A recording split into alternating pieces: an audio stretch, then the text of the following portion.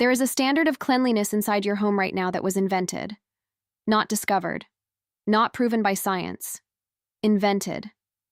It was designed in a boardroom in 1909 by a magazine publisher in Massachusetts. It was reinforced by a disinfectant company that told women to pour industrial chemicals inside their own bodies. And it was perfected by a $200 billion industry that profits every single time you feel like your house is not clean enough. The good mom does not have sticky counters. The good mom does not have laundry on the couch. The good mom has a house that smells like lavender and looks like a catalog. That image was manufactured, carefully, deliberately, for profit. And the cost is not just money. 65% of working mothers in America report clinical burnout, not tiredness. Burnout, the kind that rewires your brain. They did not burn out because they failed. They burned out because the standard was designed to be impossible. A standard that cannot be met creates a customer who never stops buying. And a customer who never stops buying is the most valuable thing a corporation can own. This is the story of the cleaning myth that colonized motherhood and the exposed system that keeps it alive. Welcome to this vault. Before we open this file, if these stories matter to you, the bell and the subscribe button are the simplest way to make sure this knowledge survives. Share it with someone who needs to hear what the industry refuses to say out loud. Now let me take you back to where this started. 1885. Holyoke, Massachusetts. A man named Clark W. Bryan prints the first issue of a magazine called Good Housekeeping. The title alone tells you everything you need to know. Not good living, not good thinking. Good housekeeping. The message was clear from page 1. A woman's worth is measured by the state of her home.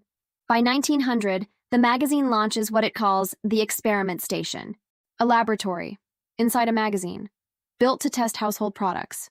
By 1909, they create the Good Housekeeping seal of approval. Think about that. A magazine selling advertisements creates its own seal to approve the products inside those advertisements. The companies paid to have their products tested. The magazine profited from the advertising. And the seal told women across America which products a good housekeeper should trust. It was the most profitable loop in publishing history.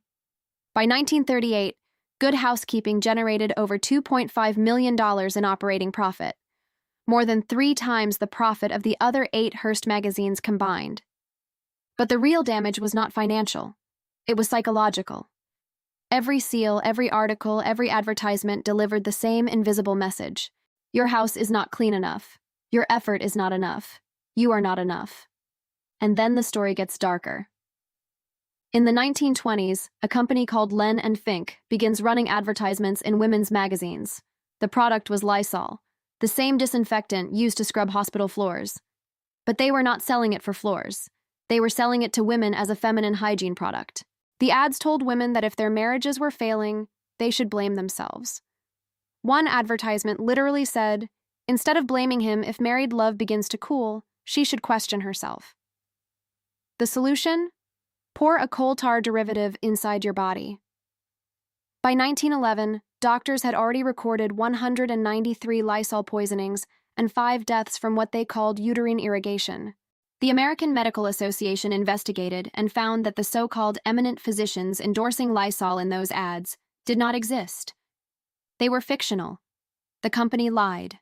Women were injured. Some died. And Lysol became the best-selling feminine hygiene product from the 1930s through the 1960s.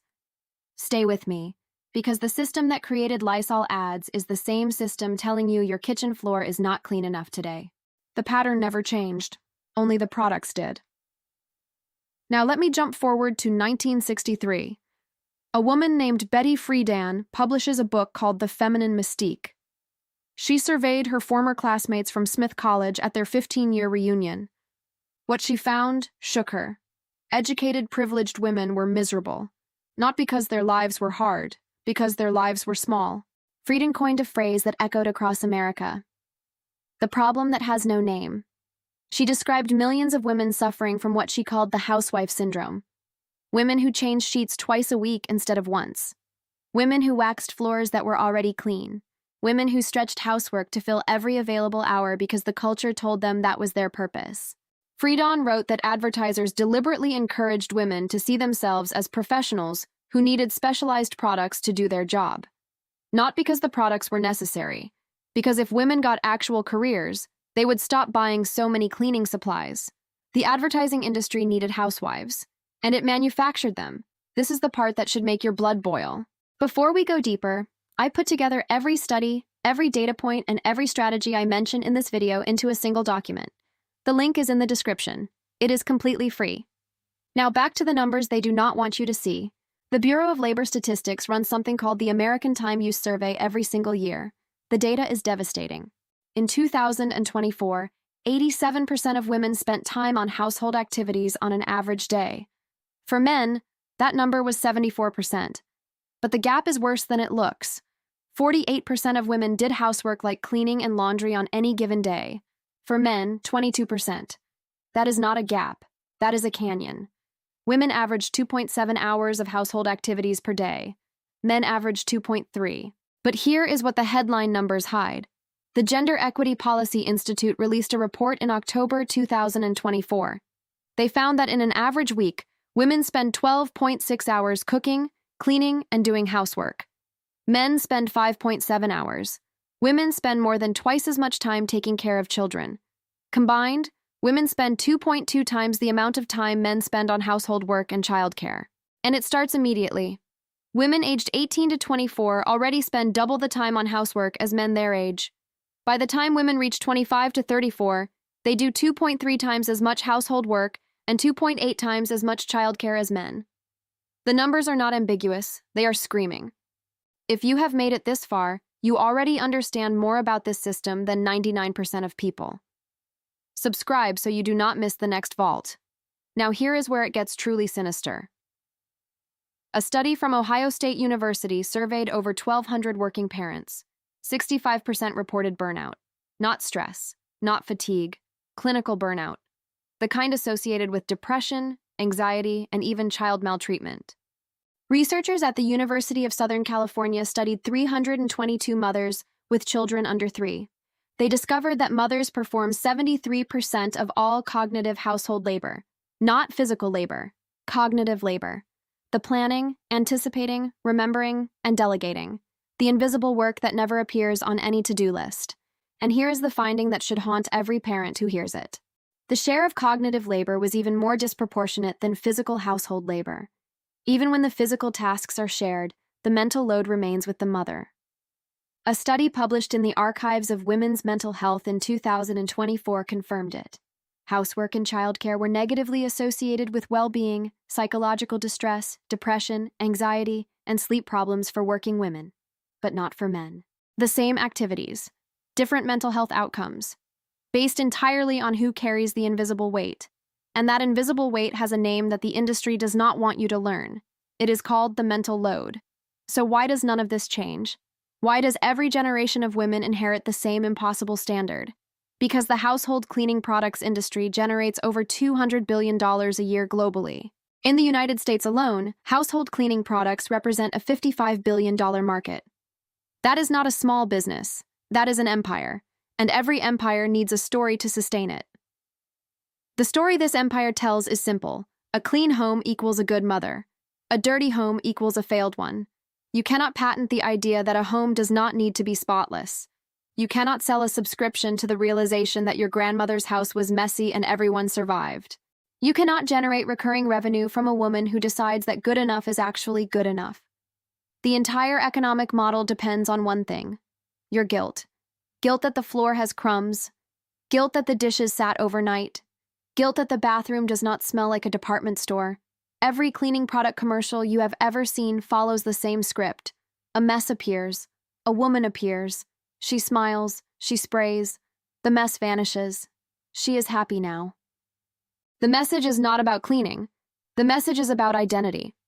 Clean equals worthy. Messy equals failure. And it is not just commercials. Social media amplified this by 1,000. The perfectly organized pantry. The spotless white kitchen. The before and after transformation video. These are not neutral images. They are advertisements disguised as aspiration. Every time you feel a pang of shame looking at someone else's pristine home, the system is working exactly as designed. The influencer gets paid, the product gets sold, and you get the guilt. For free. The Surgeon General of the United States issued an advisory in 2024, the kind reserved for significant public health challenges. It warned that 1/3 of parents report high levels of stress and that the strain is harming both parents and children. This is not a lifestyle problem. This is a public health crisis manufactured by an industry that profits from your exhaustion. I need to be honest with you about something. This is not about telling anyone to live in filth. A functional home matters. Hygiene matters. But there is an enormous difference between functional cleanliness and performative perfection. The standard you are chasing was not created by doctors, psychologists, or public health experts. It was created by advertisers in 1909 to sell magazine space. And it has been updated every decade since to sell whatever new product needs a guilt delivery system. So here is what to do. Step 1. Audit the standard. Write down every cleaning task you do in a week. Every single one. Next to each task, write who notices if it is not done. You will find that at least 1/3 of what you do is invisible to everyone except you. That invisible third is where the manufactured guilt lives. That is where you cut first. Step 2. Separate hygiene from aesthetics. Clean dishes are hygiene. A perfectly organized spice rack is aesthetics. Washed clothes are hygiene. Folded clothes arranged by color in matching baskets is aesthetics. A wiped counter is hygiene. A counter that looks like a magazine photo is performance. Hygiene protects your family. Aesthetics protects the illusion. Do the hygiene. Release the aesthetics. Step 3. Redistribute the cognitive load. Do not delegate tasks. Transfer ownership. Delegating means you are still the manager. You are still tracking, reminding, checking. Transferring ownership means the other person owns the entire chain. The noticing, the deciding, the doing, and the result. A mother in Ohio put it this way. I stopped saying, "Can you do the laundry?" and started saying, "Laundry is yours now." The difference sounds small. The impact on her mental health was enormous. Step 4. Set a time cap. Research suggests that stay-at-home moms average 23 hours a week on housework. Working moms average 16. On top of their paid jobs. Pick a number. 10 hours. 12 hours. Whatever you decide. When the cap is reached, you stop. Whatever did not get done waits until next week.